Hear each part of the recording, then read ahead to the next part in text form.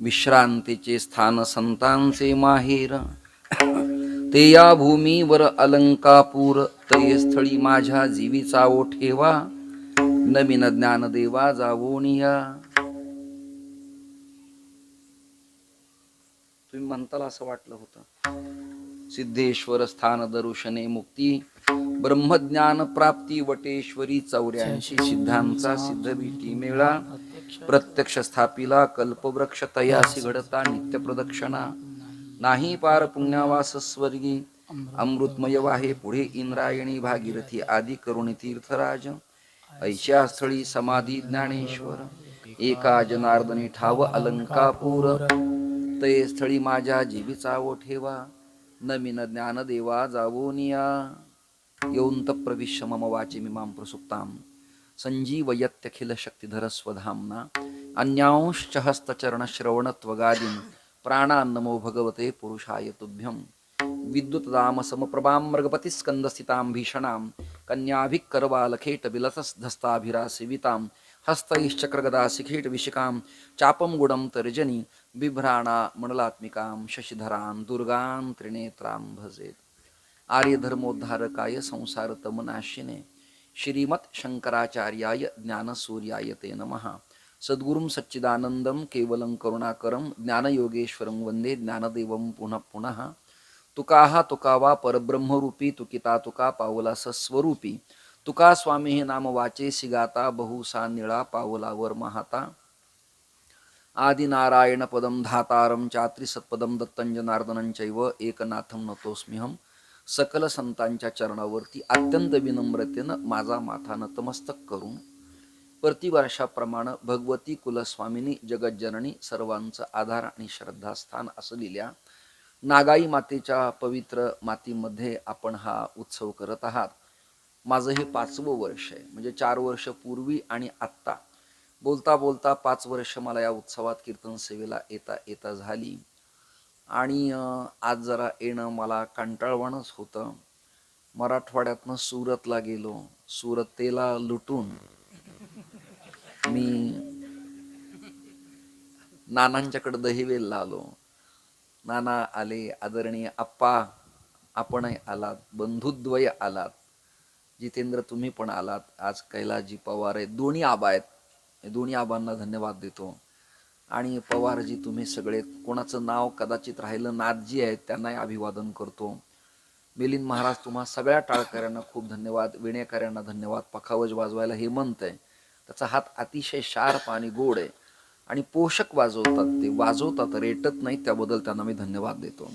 स्पीकरचा ध्वनी खूप चांगला आहे. आणि माझे सगळ्यात ओल्ड अँड गोल्ड माझे फ्रेंड मित्र गोपाळपुऱ्यात ज्यांचं वास्तव्य आहे, ज्ञानोबारांच्या चरण सान्निध्यात आणि श्रीमंत नरसिंह सरस्वतीच्या चरण सान्निध्यात ज्यांचं राहण आहे, ते आदरणीय हरिभक्तीपरायण प्रेममूर्ती श्री नामदेव आप्पा महाराज चव्हाण या ठिकाणी उपस्थित आहेत. करतल ध्वनीनं आपण त्यांचं सगळ्यांचं स्वागत करायचं. एक शार्प विचारवंत आहेत, अतिशय माऊलींचं तुकोबारांचं चरित्र खूप छान सांगतात, वाणी चांगली आहे, स्वर चांगला आहे, मुलगा एलेलेम आहे. आणि त्यांच्या घरात माझं जाणं येणं पूर्वीपासून आहे. आतापर्यंत खरं तर माझाच मूर्खपणा आहे की यावर्षी कार्तिकात येऊन मी घराखालून गेलो आणि कोणाला तरी सांगत होतो की हे माझे मित्र आहेत आणि इथं मी पूर्वी येत होतो. काशीगिरी महाराजांचं एक मठ आहे, केंद्रे महाराजांच्या मंदिराच्या शेजारी, तिथे मी चाललो होतो. आणि आंबेसिवचे ठाण्यातले पोरं तिथं उतरले होते, म्हणून मी म्हणलो हे माझे मित्र आहेत. मी काही वर आलो नाही. त्याचं दुसरंही कारण असे, कार्तिकी पंढरीची वारी, षष्ठी, सासवड, त्रिंबक हे त्या स्थानिक महाराज लोकांच्या सुगीचा कालावधी असतो. या शब्दाचा अर्थ असा, पारमार्थिक देवाण घेवाण आणि विचाराची मांडणी मांडण्यात येते. त्यामुळे मी गेलो नाही. पण महाराजांच्या प्रति माझ्या अंतःकरणात ओलावा आहे. कोणाचं नाव राहिलं तर तुम्ही सगळे माझेत. खानदेश वारकरी सेवेला सगळ्याला मी धन्यवाद देतो. आणि कमी वेळेत 9:15 झालेत, अभंग प्रदीर्घ मोठा आहे. बापू कुठे बसलेत? वा वा वा, बापू तुम्हालाही धन्यवाद देतो. अजून कोणी बापू, अण्णा, तात्या, आबा असतील त्या सगळ्यांना माझा कोटी कोटी धन्यवाद. नानांनाही धन्यवाद. वेळ मला कमी आहे, कमी वेळेत चिंतन मांडायचा. अभंग प्रदीर्घ प्रवासाने मोठा आहे. 7 चरणाचा अभंग आहे. मला आज अनादी अंबिका भगवती हा अभंग घ्यायचा होता, पण देवीच्या स्थानात बहुतेक बुवा लोक देवीबद्दल चिंतन करत असतील अशी भावना व्यक्त करून मला देवाने जो सब्जेक्ट दिलाय, जो विषय दिला, जो स्फुरलाय, तो मी इथं घेणार आहे. काल सुरतला एक अनावट प्रकरण मी निवडलं होतं. रुद्र 11वा अवतार करी दुष्टांचा संहार, नाम घेता विघ्ने जाय त्याचा महिमा वर्णू काय, कपिकुळाचे मंडन शरण एका जनार्दन. काय होतंय आदरणीय महाराज, नामसाधना, संत प्रकरण, मागणी आणि काला, तेच तेच तेच अभंग बदलून पण विषय मात्र पुन्हा पुन्हा तेच लोकांच्या समोर येतात. म्हणून लोकांचं ज्या मानाने आपण घेतो त्या मानाने काही वेगळं द्यावं हा विचार करून मी तुमच्या समोर उपस्थित आहे. हे आप्पा मला हे असं शांत वातावरण लागतं बघा. सुरतेचा मंडप मोठा होता, पण माझ्या मनाची स्थिरता विकलांग होत होती. त्यामुळे मला कमी आवाज लागतो. लोक कमी असले तरी चालतील, बुद्धिवान लागतात, कमी असले तरी चालतील, जास्त देणारे लागतात, अशा सवयी माझ्या स्वतःला लागल्यामुळं मी या ठिकाणी येतो आणि सातत्याने येत राहणार आहे. आम्ही ज्यांच्याकरता येतो त्यांच्यावर आमचं प्रेम पुत्रवत आहे. त्याचं कारण आदरणीय श्री प्रणवगिरीजी खूप सरळ, साधा, स्वच्छ, विनम्र आणि परिवर्तनवादी मनुष्य आहे. म्हणजे मला ज्ञानानंद माहिती आहेत, ज्ञान चैतन्य माहिती आहेत, दिव्यानंदजी माहिती आहेत, महेश चैतन्य माहिती आहेत, मनीष चैतन्यजी माहिती आहेत, कृष्ण चैतन्यजी माहिती आहेत, रसानंदपुरी माता माहिती आहेत. या पठडीत त्यांनी वेदांत शास्त्राचं श्रवण केलंय. लघु वगैरे खूप प्रचंड तयार आहे त्यांची. म्हणजे त्या वस्त्रात असले तरी त्यांना येत आहे हे आपल्या बुवांना मधून अधून कळत जावं. म्हणजे वक्ता बोलल्यावर शहाणा असतो असं काही नाही, न बोलताही काही माणसं मोठी असतातच. त्यामुळं ते शिकलेले आहेत, चांगले उत्तरेतही त्यांचं राहणं झालंय. आणि एखादा असा संन्याशी एखाद्या मठाला अध्यक्ष किंवा उत्तराधिकारी मिळणं तर त्या पंचकृषीचं भाग्य असतं. लक्षात घ्या. काय संस्थानं पद पदव्या येतात आणि जातात, कीर्ती त्याची धवल शुभ्र कायम राहायला पाहिजे. म्हणून त्यांना ज्या साधूंनी इथं अभिषिक्त करून गादीवरती बसवलंय त्यांना एक मुलगा म्हणून तुम्ही सांभाळा अशी मी भावना व्यक्त करतो. आणि जेव्हा अंतिम टप्प्यात शक्यच नाही तेव्हा अखाड़ा के साधू के लिए वैसे कुछ रुकने की जरूरत नाही आहे. एका आखाड्याची 3-3 हजार मठ आहेत. किती? त्यामुळं काही आवश्यकता नाही तशी. विठ्ठल आता चांगलं संगोपन करणारे ठाणापती महंत मिळत नाहीत. त्यामुळे अशा माणसाची आवश्यकता आहे. त्यांच्याबद्दल कृतज्ञता व्यक्त केली. आदरणीय आमच्या नामदेव महाराजांच्या बद्दल कृतज्ञता व्यक्त केली. या 2 नाथजतींनाही मी खूप आदेश करतो, नारायण करतो. ज्याच्या त्याच्या मानाप्रमाणे सगळ्याला मी अभिवादन केलंय.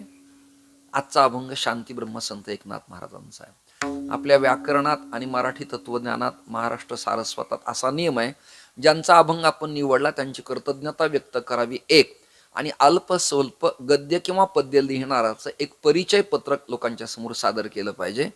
ते परिचय पत्रक असे: भानुदासाचे कुळी महाविष्णूचा अवतार, महाविष्णूचा अवतार. भानुदासाचे कुळी महाविष्णूचा अवतार, महाविष्णूचा अवतार. क्षेत्र प्रतिष्ठान वस्ती गोदावरी तीर, क्षेत्र प्रतिष्ठान वस्ती गोदावरी तीर.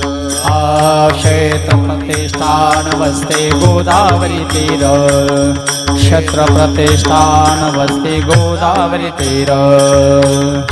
आता गंगेतही 2 प्रकार आहेत. आपल्याला वेळच कमी, त्यामुळे मी खूप स्पीडनी चिंतन करणार आहे. 2 गोदा आहेत. एक गोदा गंगा आहे, ती महाराष्ट्रात आहे, आणि वृद्ध गंगा आहे, ती उत्तरांचल मध्ये आहे. भौगोलिक एवढा तरी स्टडी आपला तयार असला पाहिजे. उत्तरांचलात जी गंगा आहे ती वृद्ध गंगा आहे, आणि भौगोलिक प्रकरणाचा अभ्यास आपण केला तर ही गौतमी गंगा आहे. प्रयत्नाने आल्यामुळं हिचं नाव भागीरथी आहे, भगीरथामुळं. आणि गोदावरी नावाच्या पाठीमागं अर्थ आहे काही दडलीला. गौतमाच्या हातानं गाय मेली की मारली माहिती नाही, जवळ कुठेतरी स्वयंपाक चालू आहे, त्याचा धूर माझ्या तोंडात मस्त येतोय आणि आवाज माझा कोरडा पडतोय. गांजावाले तर कोण नाहीत ना जवळ? विठ्ठल विठ्ठल विठ्ठल, विठ्ठल, विठ्ठल.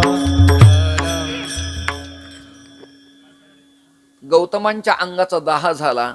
फक्त मी प्रश्न असा केलाय, मारली की मेली माहिती नाही, पण गाय गेली. गौतम शापित झाले आणि गौतमांच्या अंगाचा दाह व्हायला लागल्यावर त्या काळात जशी केंद्रात राज्यात एखादी मीटिंग भरते आणि ठराव पास होतात, पारित होतात, तसे त्रिंबकच्या सिंहस्थ कुंभ पर्व काळात कुशावर्तीच्या परिसरात 13 आखाडे एकत्र आले. आखाडा शब्द अखंड शब्दाचं बदललेलं स्वरूप आहे. देशाच्या अखंडतेकरता जी संस्था आहे त्याचं नाव आखाडा. ते सगळे एकत्र आले. म्हणजे शैवही आले, बैरागी वैष्णव आले आणि उदासी पण आले. एकंदरीत 13 आखाडे सगळे एकत्र आले आणि त्यांनी ठराव असा घेतला की गौतमांना परिमार्जन काय सांगावं, म्हणजे मराठीत प्रायश्चित्त कर्म काय सांगावं. घटना तर घडली आहे. तुमच्या माझ्या हातानं कधी काय घडेल काही सांगता येत नाही. माऊली अहिंसावाद लिहिताना 13 अध्याय असा खर्च करतात. जीवाचे निनावे तृणही ओलांडावे. म्हणजे जसं जैन बांधवात काडी ओलांडणं पाप ठरवलेलं आहे, मासी डास मारणं पाप ठरवलेलं आहे, ओठावर जंतू बसला तर मरेल म्हणून तोंडाला ते पट्टी बांधतात. पापणीत एखादा सूक्ष्म जंतू येतो, तो मायक्रोस्कोपीतनं दिसत नाही, पण तो येतो आणि मरतो. त्याचं परिमार्जन आपल्याकडनं होत नाही. वास्तुशांत प्रयोग यासाठीच आहे. दवणे, कीटक, पैसा, सूक्ष्म जंतू, गांडूळ, नाग, त्याची अंडी, नागिणी आपल्या हातानं, बेडूक, बेडीक असे सगळे प्रकरण मारतात आपल्या हातानं बांधकाम करताना. प्रत्येक वेळेला आपण काही गोगल गाय वगैरे उचलायला त्या जागेवर पॉइंटवरती हजर नसतो. म्हणून शस्त्रपूजन सुरुवातीला सांगितलेलं आहे. मग भूमिपूजन आहे आणि भूमिपूजनात हे मृत्यू जे झालेत, ज्या ज्या जीवांचे झालेत, त्याचं परिमार्जन करण्यासाठी वास्तुशांत नावाचा विधी आहे. हे काही बावळट प्रकरण नाही, याला विज्ञानाधिष्ठित प्रकरण आहे. आणि मग नांदी श्राद्ध करून वास्तुष्पती आणि ध्रुव या प्रतिमा स्थापन करतात आणि मग त्या कर्माचं परिमार्जन होतं. वेळ खूप कमी आपल्याला. तसं गौतमांच्याकडनं घडलेलं हे कृत्य, त्याचं पापक्षालन कशाने होईल म्हणून साधूंच्या मीटिंग मध्ये ठरलेला पुरावा सर्वश्रेष्ठ असतो. क्षमा मागतो, रेकॉर्डिंग चालू आहे, लोक लाईव्ह पाहतील, कधी क्लिपा व्हायरल होतील. वेदाज्ञा मानावीच, पण वेदालाही ओव्हरटेक करून गेला एक विचार आहे, त्याचं नाव संत विचार आहे. वाचा बोलू वेदनीती, करू संती केले. ते बोलताना वेदनीती बोलावी, पण प्रॅक्टिकली कर्म करताना संतांच्या वचनाचाच मागोवा घ्यावा. म्हणून संत वचन ठरलं की गौतमाने गंगेत स्नान करावं, भागीरथी गंगेत. आणि गौतमाने स्नान केलं. परिणाम असा, त्यांच्या अंगाचा दाह आवरला. म्हणून गोदाह आवरी, तिचं नामकरण झालं गोदावरी. त्याच्याबद्दल पद्मपुराणात श्लोक असा आहे, लक्षम प्रदक्षिणाम पृथिव्याम गंगा स्नानेन तत्फलम. 1,00,000 पृथ्वीच्या प्रदक्षिणा केल्यानंतर अश्वमेध सहस्त्राणी एवढं कर्म केल्यानंतर जेवढं पुण्य प्राप्त होतं तेवढ्यापेक्षा अधिक पुण्य केवळ गंगा स्नानेन तत्फलम. याच पद्मपुराणातल्या श्लोकाचं ट्रान्सलेशन भक्त शिरोमणी नामदेवरायांनी मराठीत केलं. वाचे म्हणता गंगा गंगा, वाचे म्हणता गंगा, वाचे म्हणता गंगा गंगा, वाचे म्हणता गंगा गंगा. सकळ दोष जाती भंगा, सकळ दोष जाती भंगा, सकल दोष जाती भंगा, सकल दोष जाती भंगा, सकल दोष जाती भंगा, सकल दोष जाती भंगा. पीडित पाप ताप ज्ञानोबराय वर्णन करतात. सगळ्या त्रिविध तापाचं क्षालन करणारी ही माऊली गंगा गोदावरी असल्यामुळं आता इकडच्या लोकांना बोलल्यावर माझा कदाचित राग येईल, परंतु गुजरात, MP, राजस्थान, महाराष्ट्रातले, विदर्भातले, खानदेशातले लोक नर्मदा मैयेची प्रदक्षिणा अधिक प्रमाणात करायला लागलेत. करण्याबद्दल माझा अजिबात विरोध नाही, शास्त्रप्रणीतच आहे ते. परंतु महाराष्ट्र प्रदेशाला स्नान आणि परिक्रमा गोदेच्या सांगितल्या. पुरावा गौतमी खंड, ब्रह्मवैवर्त पुराण, महर्षी वेदव्यास. विठ्ठल विठ्ठल विठ्ठल विठ्ठल विठ्ठल. इंद्रायणी सगळ्या जगाच्या तीर्थांची व्याप्ती असेल तर अन्यत्र जाऊ नये, अर्थात ते पाणी प्रदूषित असू नये, पिऊ नये. विठ्ठल विठ्ठल विठ्ठल विठ्ठल विठ्ठल विठ्ठल विठ्ठल. जे जागे लोक आहेत त्यांना तात्काळ टर्न घेतलेल्या शब्दांची फेक कळते. जे निवांत आहेत, प्रसादासाठी आलेले, त्यांच्यासाठी आपलं कीर्तन नाही. त्यांनी विश्रांती घ्यावी निवांत. अशा गोदागंगेच्या काठावर शालिवाहन नगर आहे. त्याचं नाव प्रतिष्ठान पीठ आहे. त्याचं नाव दक्षिण काशी आहे. तिथे शांती ब्रह्मसंत एकनाथ महाराज आहेत. त्यांची परंपरा ही नारायण ब्रह्मा अत्री दत्तात्रेय जनार्दन श्री एकनाथ महाराज अशी परंपरा आहे. तर ते ज्ञानोबरायांचा अवतार आहे. ज्ञानियाचा एका नामयाचा तुका. ही संस्करण पूर्वजांनी ठरवलीत, यात तीळ मात्र शंका नाही. अर्थात अधिकार सर्वांचा समसमान आहे. अधिकारात कमी जास्त पण संभवत नाही. कुळगोत्र भिन्न असू शकतं, परंतु वैष्णवांची याती पुसेल जो कोणी. त्यामुळे सगळेच संत आपल्याला नामदेवराय आदी करून गोरोबा काका चोखोबाराय सकल संत शिरोमणी आहेत, वंदनीय आहेत, पवित्र आहेत. त्यांच्या नावाचं आचमन जिव्हेनं केलं तरी आपली काया पवित्र पावन स्वादिष्ट होऊ शकते. याच्या जाणीवा असल्या पाहिजेत. विठ्ठल विठ्ठल विठ्ठल विठ्ठल विठ्ठल विठ्ठल विठ्ठल. शांती ब्रह्म एकनाथ महाराजांना स्वप्न पडलं. प्रवेश करतोय अभंगात. स्वप्न पडलं. स्वप्न खरी असतात काय हा प्रश्न आहे ना. सायंटिस्ट, विचारवंत, पुरोगामी म्हणणारे आणि जगाला सुधारवणारे काही अभ्यासक लोक या प्रकरणाला मानत नाहीत. स्वप्न खरं असतं काय? हो. कशावरनं? संत प्रमाणावरनं. राघव केशव बाबाजीच्या करवी स्वप्नात माघशुद्ध दशमीला गुरुवार नावाचा वार पाहून ब्राह्म मुहूर्ताला जगद्गुरु तुकोबारांना उपदेश झाला. ब्राह्म मुहूर्तावर पहाटेच बाबू अरविंदांना स्वप्न पडलं. ते पहाटच स्वराज्य आपण निर्माण करावं हे स्वप्न साकार केलं शिवरायांनी माईच्या कृपेनं. ते पहाटेच वशिष्ठांनी डोक्यावरती हात रामचंद्राच्या ठेवला. तो पहाटेच सांदीपणींनी गुरुकुलात उज्जैनीला क्षिप्रेच्या तीरावरती कृष्ण परमात्म्याला आलिंगन दिलं. ते पहाटेच रामकृष्ण परमहंसाला काली भगवतीने दर्शन दिलं. तेही पहाटेच. आणि विवेकानंद नरेंद्र नावाच्या स्टुडंटला श्री परमहंस आपल्या निरंजनी परंपरेतले ते आखाडा परंपरेनुसार तर त्यांनी नरेंद्राला आलिंगन दिलं आणि नरेंद्राचा विवेकानंद झाला. तो पहाटेच. ज्योतिर्युग्म ग्रंथात पहाटची स्वप्न सूचक आणि बोधक प्रतिपादन केली आहेत. तुम्ही मानणं न मानणं याला काही अर्थच नाही. देशाचा पंतप्रधान न्यूयॉर्कला गेला. तिथल्या मीडियाने टाळ्या वाजवल्या आणि ग्रामपंचायत सरपंच मला मी मानत नाही. तू माणूस नको. तुझ्या मानण्यावर फार काही अवलंबून नाही. असं मला दीक्षा झाल्यावर काही बुवांनी मानलं नाही. मी काही डगमगलो नाही त्याला. विठ्ठल विठ्ठल मी माझ्या थाटात माझ्या आनंदातच माझं जे स्वीकारलं ते कडीला घेऊन जाण्याचा प्रयत्न मी करतोय. परिपक्व नाही, प्रयास करतोय. एकदा एक स्वीकारलं की ते धिट्ट मनानं घट्ट मनानं न डगमगता न घाबरता दिव्यतेने प्रचिती आल्यानंतर ती स्वीकारावी लागते. त्याच्यात इकडं तिकडं हलून चालत नाही. आपल्या पक्षाचे लोक येऊ न येऊ छोटा का होईना आपला टिकावा.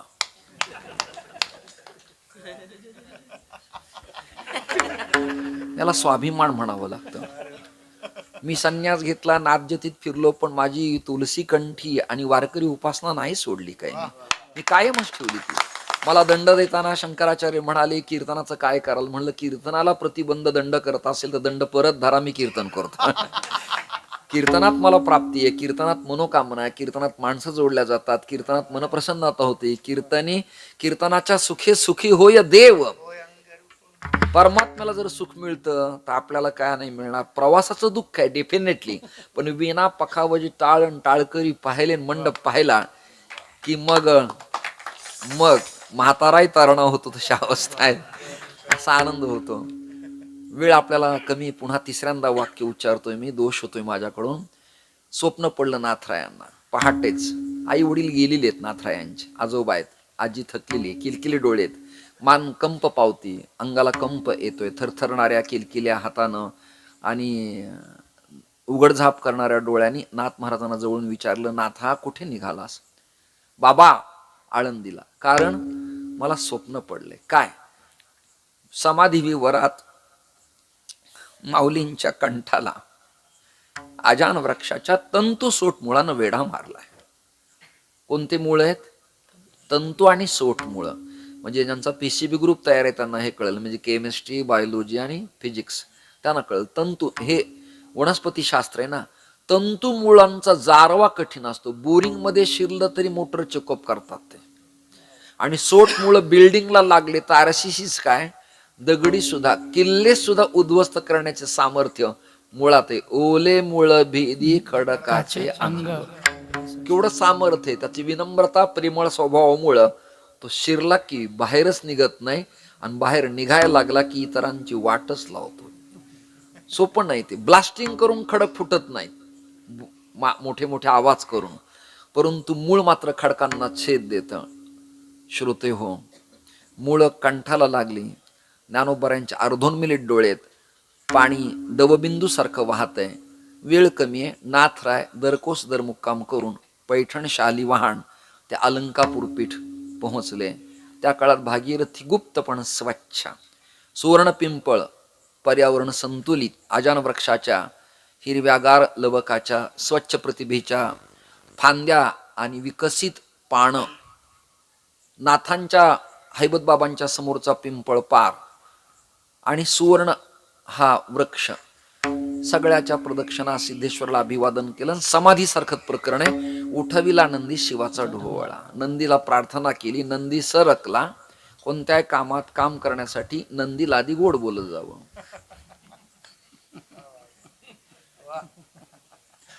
मी कोणत्याही सप्ताहात माझ्या आधी ड्रायव्हरला जीव घालतो. एकाने मला विचारलं असं का, म्हणलं आधी नंदीन मग महादेव. तुम्ही शिवालयात जा, आधी हात मागून लावावा लागतो नंदीला, कारण मग शिंग काढत नाही तो. तसं तारखा घेताना काही बुवांच्या जवळचे बुवा आहेत ते नंदीत, त्यांना आधी अभिवादन करावं लागतं, मग लिंग शिवा आपल्या हातात येतो. चला ऐका ना सिरियसली. स्पर्श केला, नंदी हलला, वृषभध्वज हल्ला. माऊलींच्या विवरात शांतीब्रह्म एकनाथ महाराज आत गेले. पुन्हा एकदा वाक्य उच्चारतो. अर्धोन्मिलित डोळे होते. शांभवी प्रकरणात हठयोग प्रदीपिकेत साधना करणाऱ्या तपस्व्याचे डोळे अर्धोन्मिलित असावेत असा नियम आहे. पाणी सांडत होतं आणि माऊलींची बसण्याची भूमिका कशी होती, तर वरदानंद भारती नावाचे यती एक पंढरपुरात होऊन गेले. त्यांचं जुनं नाव अनंतराव आठवले आप्पा. त्यांनी ब्रह्मसूत्रार्थदर्शिनी, उपनिषद आणि कर्मयोग आणि ईशावास्य ही प्रकरणं लिहिली. त्यांनी असा श्लोक लिहिलाय, सद्गुरुम सच्चिदानंदम केवलं करुणाकरम ज्ञानयोगेश्वरम वंदे ज्ञानदेवम पुनः पुनः. बसले कसे होते, पद्मासन स्थितम वंदे. पद्मासन घातलेलं आहे आणि माऊली उत्तरेकडे तोंड करून आहेत. वर्णन पहा माऊलीच्या स्वरूपाचं. चाफ्याच्या कळीसारखं सतेज नाक आहे, टोकदार. बरं, कानांचे चोभे अतिशय लवचिक पारदर्शक आहेत. कुंडलाची प्रभा गालावरती पडती, समाधी सुद्धा. आणि माऊलींच्या मुखावरती हास्य उमटतंय. लाल बुंद ओठ आहेत, टपुरे डोळे आहेत आणि पाठीवरती केस रुळतायत, म्हणजे मागे आहेत असे घुंगराळे केस. माऊलींना प्रार्थना केली. स्वप्न पडले, मी त्याप्रमाणे आलोय. मग तुमच्या मी अंगाला स्पर्श करू का? संन्याशाला, नाथजतीला, बैराग्याला दर्शन घेताना आपण विचारावं, मी स्पर्श करू का? हा जुना नियम आहे. हा नियम आपण तोडलाय आता, खूप बदलल्यामुळं आपण सगळेजण. त्यात अँटिसेप्टिक पण आहे, म्हणजे विज्ञान आहे त्याच्यात. बुवा हातपाय धुवून आलाय का, नख काढलेत का, त्याच्या पायाला त्वचारोग तर इन्फेक्शन नाही ना काही, श्रद्धेने पाया पडून तू जेव्हा तिथे लावायला लागलास, हे पाप तुझ्या कोणतं होत नाही ना. कुणी पायावर पाणी घालताना आधी मी स्वच्छ 2-3 वेळेला धुवून काढतो. कुंकू मात्र लावू देत नाही, ॲसिडचं असतं, पाय सडतात, त्यामुळे मी लावू देत नाही ते. स्त्रियांनाही लावा असा आग्रह करू नका, कारण त्यात केमिकल प्रकरण, मी रात्री बोललो इथंही बोलतो. शुद्ध हळदीचं कुंकू आणि अष्टगंध असलं पाहिजे. स्वस्त मिळतं म्हणून भस्कापुरी आणून ओवाळून लावू नका, त्यांनी कपाळं खराब होतात.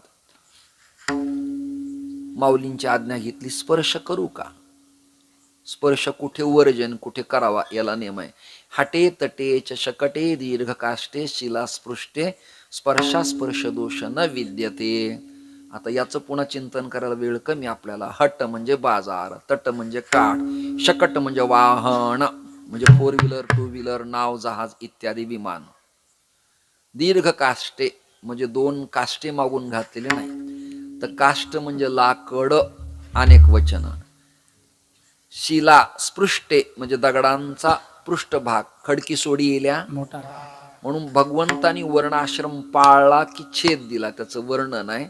संयमही पाळला आणि व्यापकत्वही मांडलं. विठ्ठल विठ्ठल. विठ्ठल विठ्ठल विठ्ठल. दोन प्रमाण देतो. वर्णाश्रम करीशी चोख, तरी तू पावसी उत्तम लोक. गुणकर्म विभागशः हेही पाळलं. आणि दुसरा छेद दिलाय अतिरेक झाल्यावर, वर्णाभिमाने कोण झाले पावन. हे व्यापक पण आहे बरं का, फक्त एकाच टोकाची भूमिका मांडून चालणार नाही आपल्याला. श्रोते हो, स्पर्शाच्या बाबतीत चिंतन झालं. माऊलींनी कौल दिला, मान हल्ली समाधीत. नाथानी कंठाच्या मुळ्या काढल्या आणि नाथरायांच्या बरोबर जे ध्रुवचातक मंडळातले सदस्य होते, तुकोबारांचे गंगाराम बुवा मवाळ, कोंडाजी पंत लोकरे, मल्हार पंत कुलकर्णी, रामेश्वर भट्ट, ही यादी जगनाडे महाराज, ही खूप यादी आपल्याला सांगता येते. नाथरायांची अपरिचित यादी आहे. अमृतनाथ मठाचे पूर्वासुरी श्रीधर स्वामी, श्री रावेर मठाचे जळगाव जिल्ह्यातले नरहरी महाराज, त्यांची समाधी चासला अहिल्यादेवी नगरला आहे. ज्यांच्या वंशात माझं जन्मप्रकरण संभवतं ते परमहंस दंडवत स्वामी, गावबा महाराज कावसानकर, अनंत ऋषी पैठणकर आणि नाथरायांचे चिरंजीव हरिपंडित महाराज. या सगळ्या टीमनं नाथ महाराजांना विचारलं आळंदीत येण्याचं, दर्शनाचं प्रवृत्तीनिमित्त काय. तेव्हा त्यांना उत्तर देताना शब्द स्फुरले आणि नाथराय म्हणायला लागले, विश्रांतीचे स्थान संतांचे माहेर. विश्रांतीचे स्थान संतांचे माहेर. विश्रांतीचे स्थान संतांचे माहेर. विश्रांतीचे स्थान संतांचे माहेर. विश्रांतीचे स्थान संतांचे माहेर. विश्रांतीचे स्थान संतांचे माहेर. विश्रांतीचे स्थान संतांचे माहेर. विश्रांतीचे स्थान संतांचे माहेर. या भूमीवर अलंकापुर, ते या भूमीवर, ते या भूमीवर, ते या भूमीवर अलंकापुर. ते या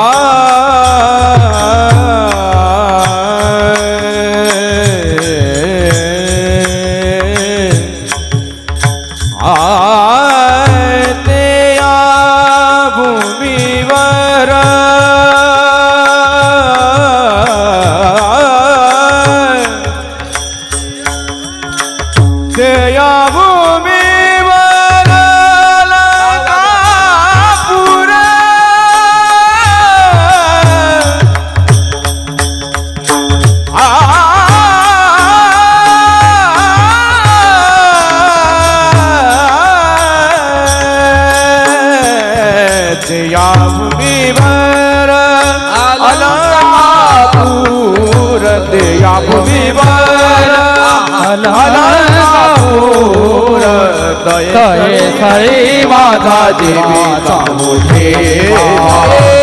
सई माझा देवीचा उठेवा.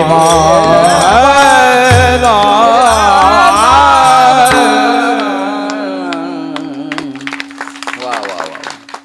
विश्रांतीचे स्थान, जीवाला श्रांत झाल्यावर, वाक्य नीट आहे का बरं का, जीवाला श्रांत झाल्यावर म्हणजे काय, कंटाळ्यावर, भोगपिपासेचा त्रास झाला, विषयासक्ती वाढली, उद्विग्न पण वाढलं, एमआयडीसी केली, कंपनी टाकली, उभा राहायला पडला, प्रपंचात लग्न झालं, त्याचा डिवोर्स झाला. ऐका ना सिरियसली यार, शांतीभंग पावली, संतती वारली, विवाहानंतर घरात जमलं नाही, असं जेव्हा अवदासीन्य येतं तेव्हा विश्रांती नावाचं प्रकरण आपण आपल्या जीवनात कुठेतरी शोधत असतो.